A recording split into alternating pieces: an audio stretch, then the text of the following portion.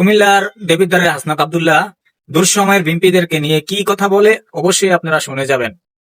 তারা দুঃসময়ে যারা তারেক রহমানের পাশে ছিল, তারেক রহমানের গানকে নিয়ে কাজ করেছিল, তাদেরকে নিয়ে হাসনাত আব্দুল্লাহ সুন্দর একটা বক্তব্য দিয়েছেন। সেই বক্তব্য ভিতরে কি বলেছেন আপনারা অবশ্যই শুনে যাবেন, আর ভিডিওটাকে শেয়ার করে পাশে থাকার চেষ্টা করবেন।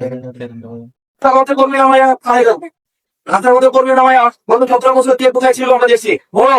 গত 17 বছর বেশিরভাগ রাজনৈতিক দলের যারা রাস্তাঘাটে ছিল আমরা দেখি নাই। আমরা বিএনপির অনেক নেতা কর্মীকে দেখি নাই, দেখতে কিনা বিএনপি এখানে মিছিল দিচ্ছে রাস্তার মধ্যে দেখি নাই। তাদেরকে এখন বলে আওয়ামী লীগ। তারা কত পরিশ্রম করলো, বিশেষ করে তারেক মুন্সি সাহেব পরিশ্রম করলো, মিছিল করছে ওনারা। স্বাধীনা শাওন ভাই, স্বাধীনা বিএনপি শাওন ভাই, তারেক মুন্সি ওনারা মিছিল করতে গেলে ওনারা গ্রেফতার করে রয়ে গেছে। ওনাদেরকে এখন বানিয়ে দিচ্ছে আওয়ামী লীগ।